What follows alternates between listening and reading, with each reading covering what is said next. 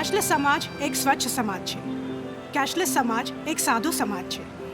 Cashless સમાજ એક પ્રગતિશીલ સમાજ છે. कैशलेस વ્યવહારોની વાત કરતા ડેબિટ કાર્ડ અથવા ક્રેડિટ કાર્ડ દ્વારા હોટેલનું બિલ અથવા ડિપાર્ટમેન્ટ સ્ટોરમાં ચૂકવણી આપની નજર સમક્ષ આવે છે. આ હું તમને એક એવી જગ્યાએ લઈ જઈશ કે જ્યાં પાન પણ કેશલેસ વ્યવહારથી ખરીદાય છે. સાયકલ રિપેરિંગની દુકાનમાં સાયકલ, રોજ વપરાતી શાકભાજી, આ બધું જ કેશલેસ વ્યવહાર થકી થાય છે.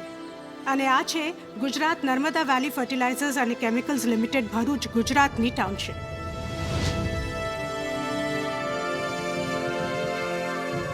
આ ટાઉનશીપમાં આશરે 1000 ઘરોમાં 4500 લોકો રહે છે.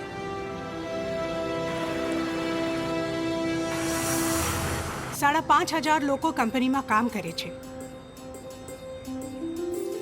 તદુપરાંત અનેક provision stores, school, hospital, stadium, restaurant ઉપરાંત ખાણીપીણીની અન્ય દુકાનો આ ટાઉનશીપમાં આવેલ છે. પણ માનનીય વડાપ્રધાન શ્રી નરેન્દ્ર મોદીના રાષ્ટ્રને કેશલેસ ટ્રાન્ઝેક્શનના આહવાન બાદ આ ટાઉનશીપના રહેવાસીઓ એક સંકલ્પ કર્યો.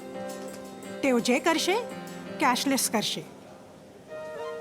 તેઓ ધોબીની દુકાને જઈ સ્વાઇપ મશીન દ્વારા બિલ ચૂકવે છે. હોસ્પિટલનું બિલ વોલેટથી ચૂકવાય છે. આ તો કંઈ જ નહીં, એક ચાનો કપ પણ આ ટાઉનશીપમાં રૂપે કાર્ડથી ખરીદાય છે. સ્કૂલની ફી પણ બિન રોકડ વ્યવહારમાં ચૂકવાય છે. આ એક એવી પ્રગતિશીલ ટાઉનશીપ છે જેમાં લોકો એક મોટા ઔદ્યોગિક સંકુલમાં કામ કરે છે. આ અહીં અટકતું નથી. GNFC એ તો ખેડૂતોને છેલ્લા થોડાક દિવસમાં કેશલેસ વ્યવહાર દ્વારા તેની 1000 દુકાનો થકી 50000 ખેડૂતોને ખાતર વેચેલ છે.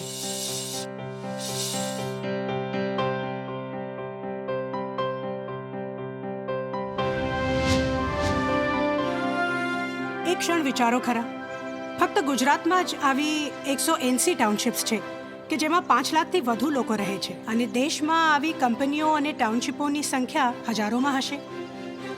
જો GNFC આ કરી શકે તો પછી બધા ઝડપથી કરી શકે.